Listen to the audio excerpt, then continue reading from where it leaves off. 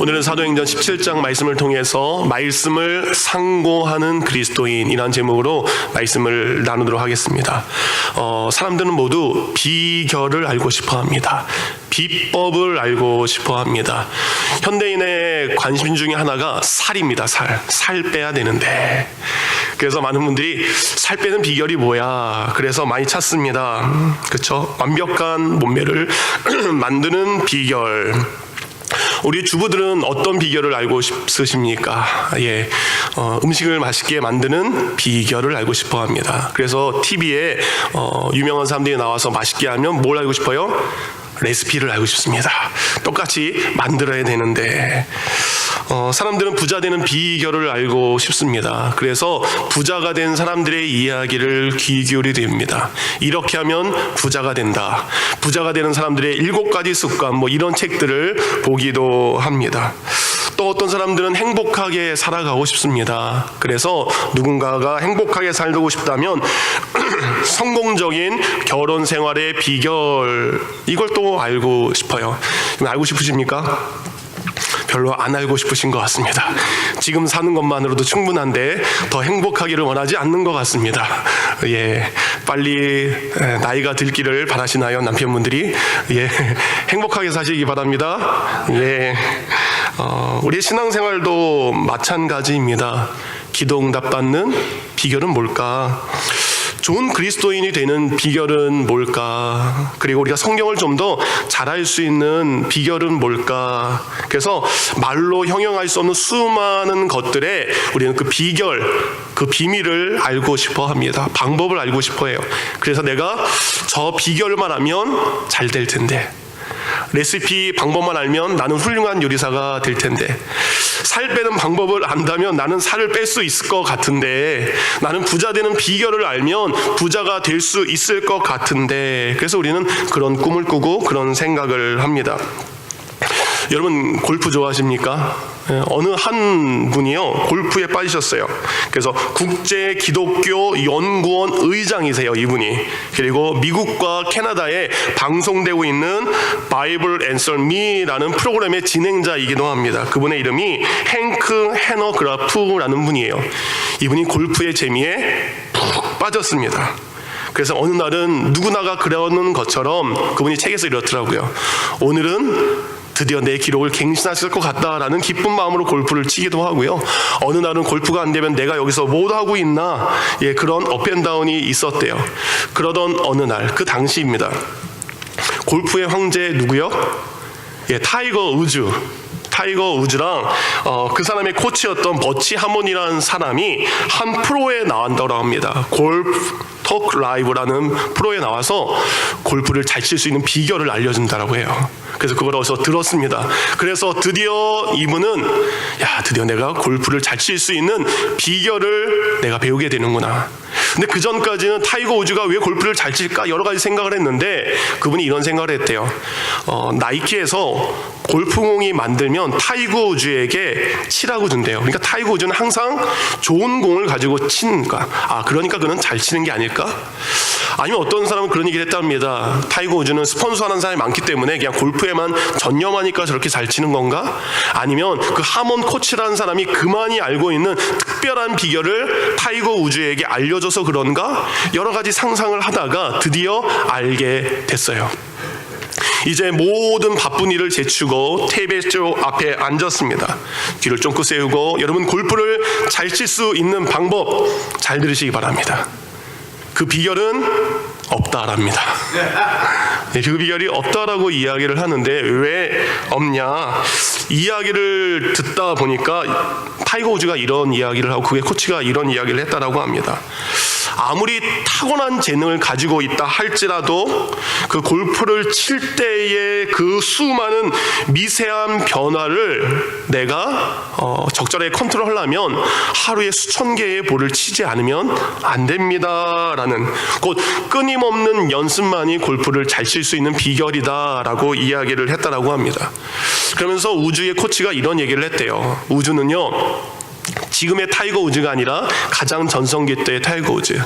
그는 화려한 조명과 그리고 수많은 사람들이 환호하는 앞에서 골프를 치는 것보다 혼자 연습하는 것을 가장 좋아하는 선수입니다 라는 이야기를 했다라고 합니다. 한 번은 이런 적이 있었습니다. 타이거 우즈가 그랜드슬램을 했겠죠. 4개의 권위 있는 대회에서 우승을 하는데 딱 하나가 남았어요. 드디어 마지막 대회에서 우승을 했습니다. 그러자 방송국에 있는 아나운서가 여러분 기적과도 같은 일이 일어났습니다. 드디어 4개의 모든 대회를 석권한 사람이 나오게 됐습니다 라는 이야기를 했대요. 경기가 끝난 다음에 타이거 우즈에게 사람이 가서 인터뷰를 했다라고 합니다. 인터뷰를 할 때에 이번 대회에 우승할 수 있었던 것은 당신이 13번째 홀에서 성공했던 그 짧은 샷 그것이 결정타였는데 어떻게 이렇게 하셨습니까? 라는 이야기를 그에게 물었다라고 합니다. 타이거 우즈가 이런 대답을 했다라고 합니다. 저는 그것이 필요할 것이라고 예상했습니다. 저는 그 짧은 거리의 샷을 지난 3달 동안 연습을 했습니다. 그 짧은 거리를 연습하기 위해서 그는 수천 번, 수만 번의 연습이 있었다라는 거죠. 그런 연습이 있었기 때문에 그렇게 좋은 결과가 있었다라고 합니다. 우리의 신앙생활도 마찬가지입니다. 우리가 매일 성경을 읽고요, 매 주일마다 말씀을 읽습니다. 그것은 연습을 위한 것이 아닙니다. 타이거 우즈는 연습을 하기 위해서 그렇게 수많은 땀을 흘린 게 아니에요. 경기에 나아가서 실제로 그 연습 때 했던 것처럼 좋은 결과를 이루기 위해서 연습을 한 거죠. 우리의 신앙생활도 마찬가지입니다. 우리 하나님의 말씀을 듣습니다. 주님의 말씀을 듣는 것, 교회 안에서만 간직하기 위해 우리는 말씀을 듣는 것이 아닙니다. 말씀을 들었다면 그 말씀대로 삶 속에서 살기 위해 우리는 말씀을 읽는 것이죠. 그리고 성경을 읽는 것이죠. 오늘 사도행전 17장에 베레아 사람들의 이야기가 나옵니다. 그 사람들의 특징은 이렇습니다. 11절에 보니까 중간에 말씀을 받고 이것이 그러한가 날마다 성경을 상고함으로 이것이 그러한가 하여라고 되어 있습니다. 이것은 그들이 들은 그 복음의 말씀이 진짜인지 아닌지 그 말씀대로 살아보았다라는 것을 의미합니다. 단순히 머릿속에 성경 지식으로 담고 있는 것이 아니라 바울이 전한 복음이 진짜 사실이라면 내가 그 말씀대로 한번 살아보는 거예요. 살아보니까 그 말씀이 정말 그렇게 되는지 안 되는지 실천했던 사람들이 오늘 베레아 사람들의 모습입니다. 꼭 그들은 말씀을 읽기 위해서 읽는 것이 아니라 그 말씀이 정말 내 생활을 그렇게 변화시킬 수 있는지 그것을 날마다 상고했던 사람들입니다. 우리는 말씀을 알고 있습니다. 그리고 이 성경 말씀이 진리라고 확신합니다. 근데 여러분, 우리는 성경 말씀이 진리라는 것도 알고 진짜라는 것도 알지만 때로는 우리의 확신이 흔들릴 때가 있습니다. 성경 말씀의 내용이 다 맞는데, 맞죠? 성경 말씀이 틀릴 이유가 없죠. 하나에서 10까지, 창세기부터 요한계시록까지 다 맞는 말씀인데 우리는 이 말씀에 확신하지 못합니다. 왜 확신하지 못할까요? 내가 체험하지 못했기 때문입니다. 내가 그 말씀대로 살아서 그 말씀대로 경험했다면 우리는 이게 진짜라고 이야기할 수 있습니다. 왜요? 진짜 그 일이 일어났으니까. 이런 마태복음 6장 33절 진짜일까요? 가짜일까요? 마태복음 6장 33절은 이렇게 우리에게 이야기합니다. 너희는 먼저 그의 나라와 그의 일을 구해라. 그리하면 이 모든 것을 너희에게 더하시리라 라고 제가 말한 게 아닙니다. 예수님께서 마태복음 6장 33절에 이야기하셨습니다. 그러면 그 말씀이 진짜인가 가짜인가, 그 말씀이 그러한가 그러지 아니한가, 우리는 뭐 해야 됩니까? 그럼 먼저 그의 나라와 그의 의를 구하며 한번 살아봐야 되는 거예요. 먼저 그의 나라와 그의 의를 구했더니 그럼 어떤 일이 벌어지는가 우리가 경험해야 됩니다. 그 위에 있는 마태복음 6장 31절 32절은 그래서 이렇게 이야기하는 거예요. 그러므로 염려하여 이르기를 무엇을 먹을까?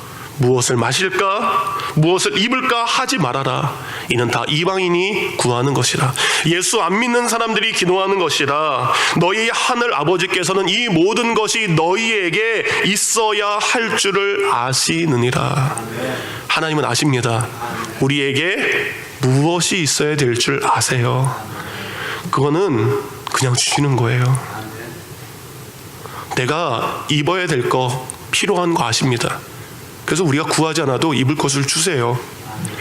내가 무엇을 마셔야 되는지 아십니다. 그러니까 우리가 구하지 않아도 마실 것을 주세요. 그럼 뭐 하라고 이야기하십니까? 그런 것보다 먼저 그의 나라와 그의 의를 기도해라. 그러면 이 모든 것, 우리가 먹고 마시고 입어야 할 모든 것을 너희에게 당연히 주시리라. 근데 우리는 그렇게 기도하지 못합니다. 이 말씀을 체험하지 못했습니다. 그러니까 우리는 여전히 나를 위해 기도합니다. 내 자녀를 위해 기도합니다. 내 성공을 위해 우리는 그것이 먼저 되는 기도를 하게 됩니다. 저희 아내가 설교 때 자기 얘기하지 말라고 항상 저를 하는데 목숨 걸고 얘기합니다.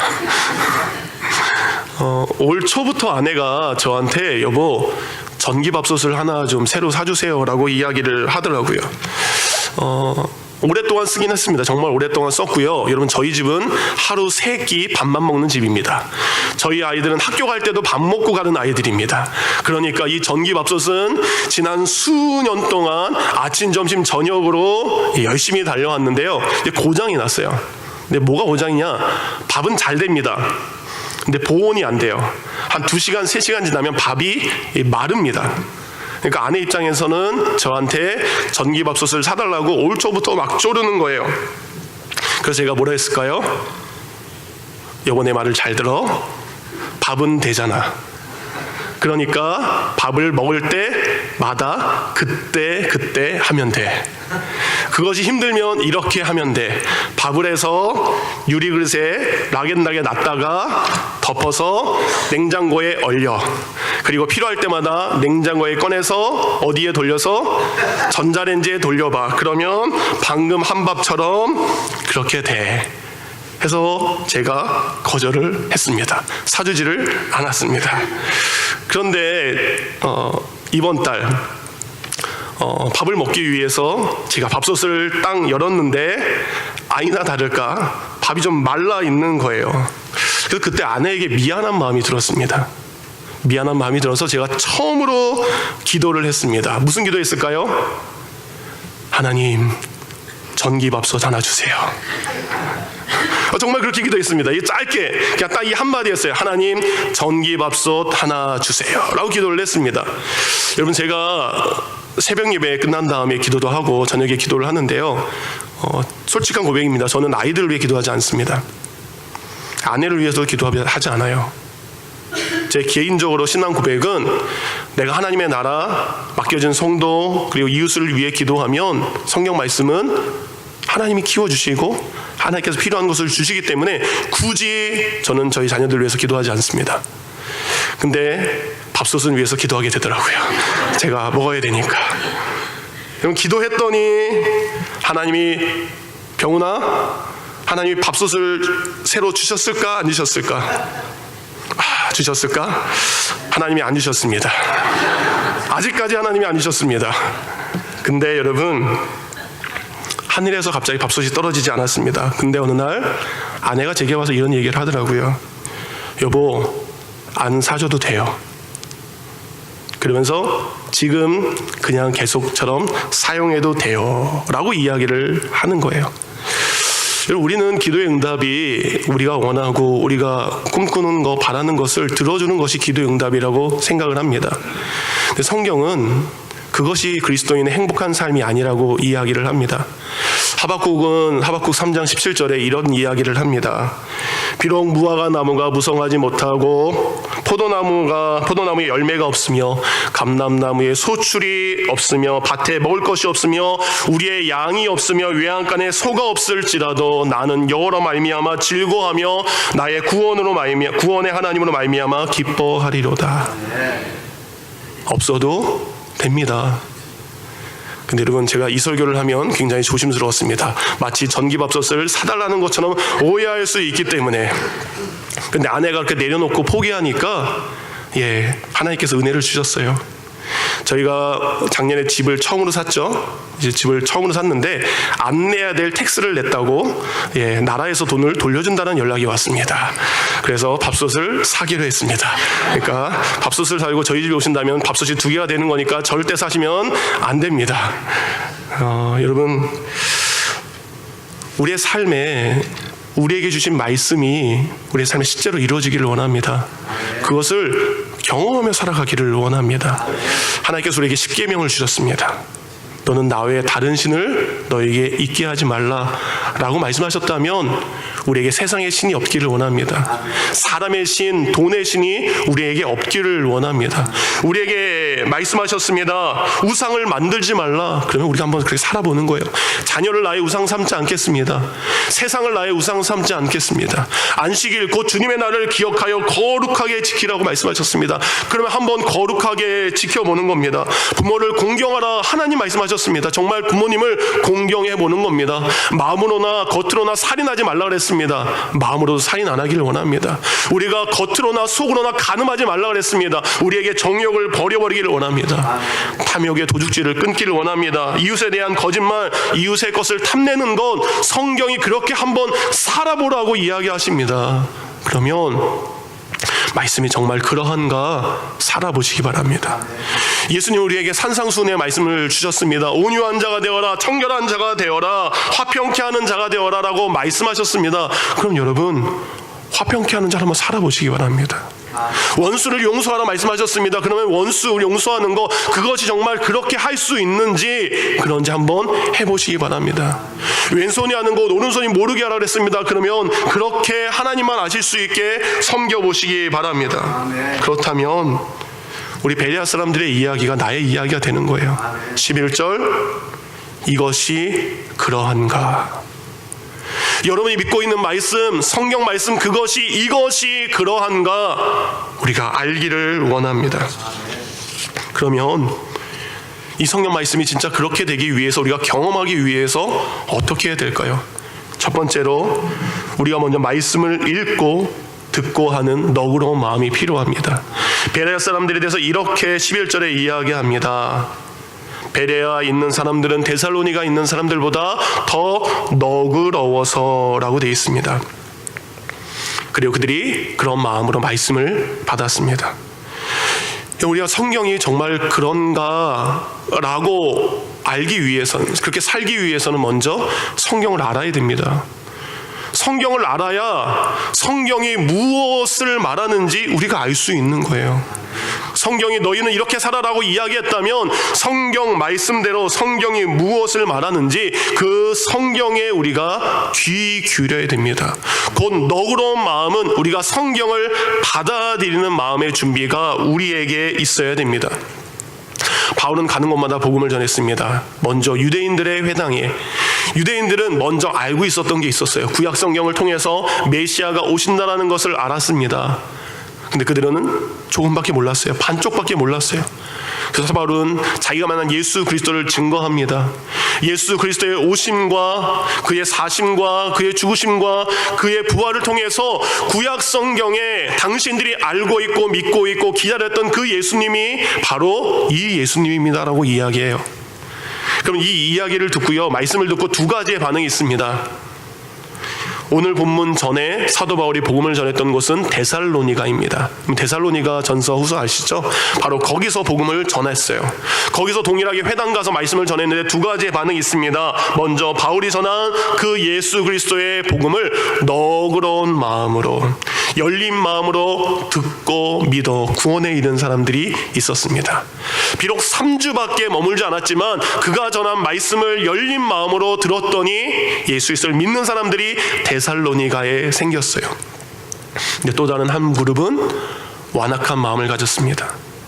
자기가 알고 있는 그 구약 성경에 그것이 전부인 것으로 알고 오신 메시아 예수 그리스도를 인정하지 않고 오히려 그 복음을 전하는 사도 바울과 그의 일행과 그를 믿는 사람들을 핍박하기 시작합니다. 그래서 오늘 10절이 이렇게 시작하는 거예요. 밤에 형제들이 곧 바울과 실라를 베레아로 보내니라고 되어 있어요. 완악해진 사람은 복음을 배척하기 시작합니다. 그리고 그 복음을 전하는 바울과 그의 일행들을, 깡패들을 동원해서 지금 괴롭히고 있는 거예요. 그것을 알고 그들이 베레아라는 지역으로 갔습니다. 그곳에 가서도 동일하게 회당에 들어가서 복음을 전했는데 그들은 완악했던 데살로니가 사람들에 비해 너그러운 마음으로, 열려진 마음으로 말씀을 잘 들었습니다. 그랬더니 놀라운 일이 벌어집니다. 12절, 그 중에 믿는 사람이 많고, 우리가 열려진 마음으로 성경을 너그러운 마음으로 들을 때 거기에 믿는 자의 역사가 일어나게 됩니다. 헬라인뿐만 아니라 귀부인뿐만 아니라 남자들뿐만 아니라 곧 이방인이건 남자들이건 어떤 사람이건 상관없이 마음이 열렸을 때 성경이 그 속에 들어가서 복음을 전하게 됐다는 거죠. 그래서 여러분, 말씀이 그러한가 우리가 생활하기 위해서는 여러분 먼저 말씀을 읽으시기 바랍니다. 우리는 다른 사람의 이야기를 듣는 훈련이 참 부족합니다. 그렇죠? 그래서 듣기보다는 먼저 말하려고 합니다. 누군가 막 얘기를 해요. 그러면 딱 끊습니다. 그게 아니라 아니야 내 말 들어봐 라고 이야기를 합니다. 근데 잠언 18장 13절은 이렇게 이야기를 합니다.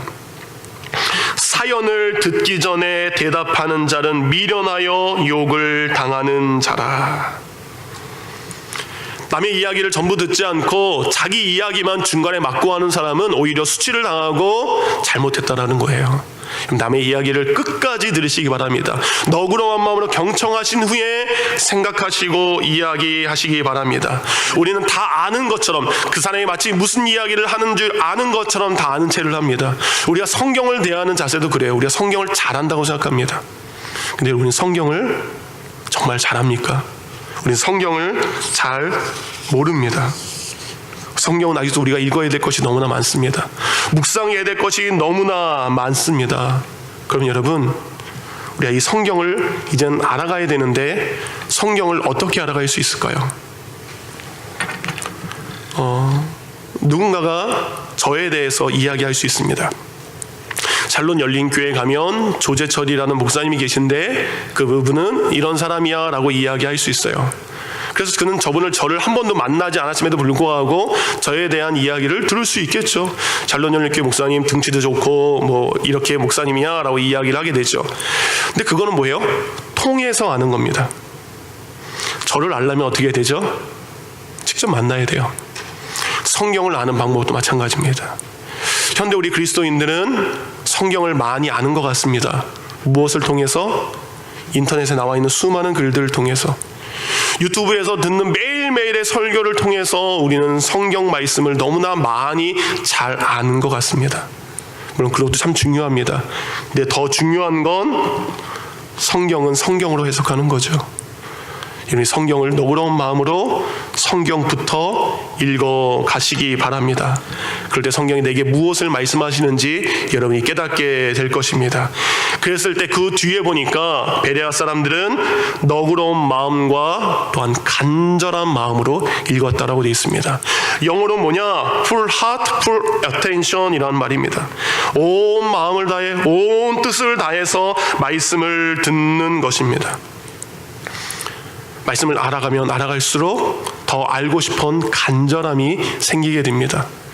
여러분 헬렌 켈러 아시죠? 헬렌 켈러는 못 봤던 사람입니다.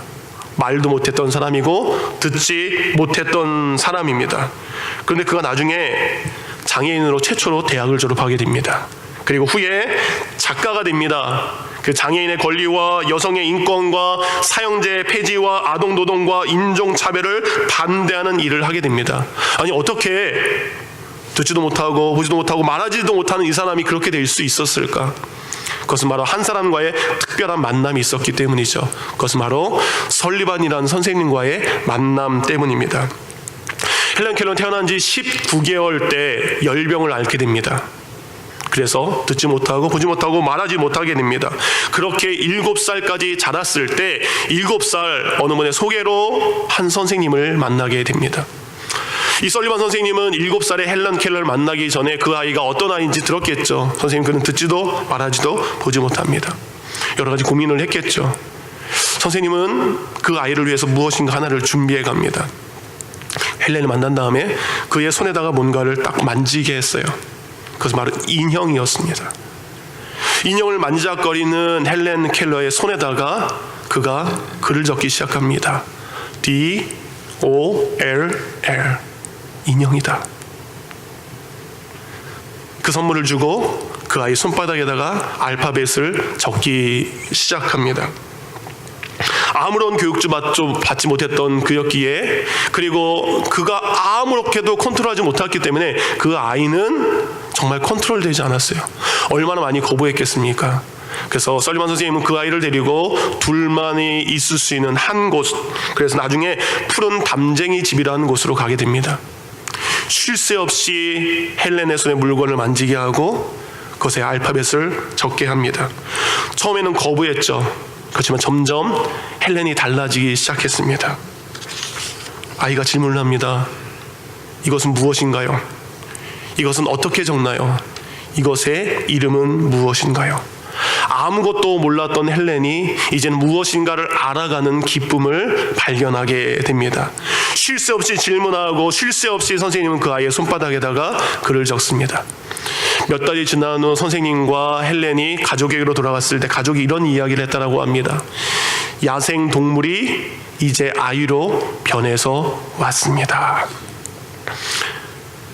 끊임없이 아이의 손바닥에다가 무엇인가를 알려주고자 했던 그 선생님의 그 마음과, 그리고 이제는 아무것도 몰랐던 그가 이제는 무엇인가를 알기 위한 간절함이 더해지니까 그가 보지도 못하고 듣지도 못하고 말하지 못했음에도 불구하고 말할 수 있는 사람처럼, 들을 수 있는 사람처럼, 오히려 그 사람들보다 더 많은 사람들에게 선한 영향력을 끼치는 사람이 되었습니다.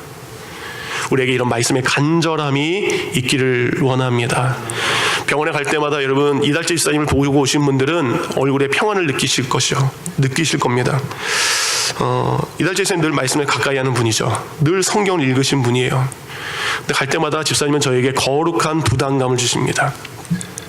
목사님, 우리 성도들이 말씀을 읽어야 됩니다. 우리 성도들이 말씀을 읽어야 됩니다. 그러면 그 중에 변화되는 사람이 있습니다. 말씀을 읽으면 목사님 끊임없이 반드시 분명히 사람은 변화되게 되어 있습니다. 그 진심이 느껴져요. 교수님과 약속을 했습니다. 우리 성도들과 말씀 읽겠습니다. 성경을 통독하겠습니다. 그래서 내년 1월에 성경 통독을 토요일과 주일에 할 겁니다.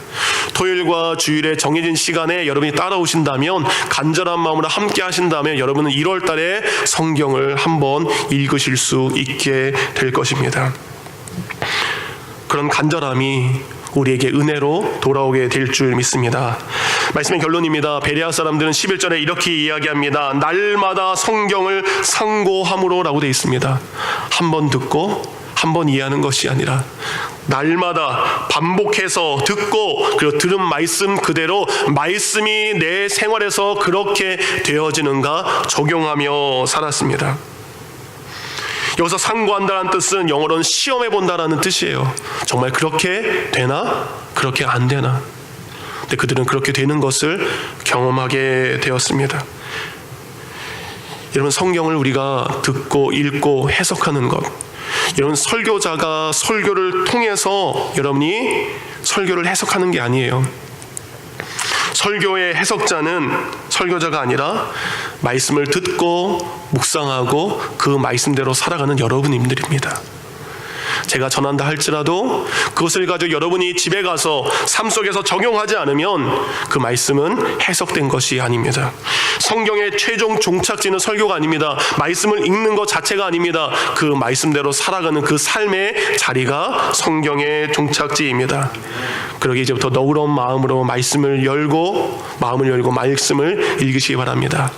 이것이 나에게 은혜를 주는, 우리의 가정을 살리는 말씀으로 간절히 붙잡고 읽어가시기 바랍니다. 그리고 그 말씀이 그러한가? 먼저 그의 나라와 그의 의를 구하면 정말로 이 모든 것을 더하시는가? 그 말씀이 그러한가? 한번 시험해 보시기 바랍니다. 그때 성경은 우리에게 그 말씀이 그렇게 되게 하는 놀라운 역사를 여러분에게 체험하게 할 것입니다. 이런 일을 체험하는 저와 여러분이 되기를 주님의 이름으로 축원합니다. 들은 말씀을 생각하며 기도하도록 하겠습니다. 하나님, 맞습니다. 우리에게 말씀을 주신 것은 그렇게 살라고 주신 말씀입니다. 듣는 한 구절 한 구절 말씀, 그 말씀대로 내가 살게 하옵소서. 말씀을 깊이 깨닫고 내 생활 속에서 하나님의 뜻을 이뤄가는 믿음의 결단이 있게 하옵소서. 성경을 읽게 하옵소서. 주님 앞에 기도하도록 하겠습니다.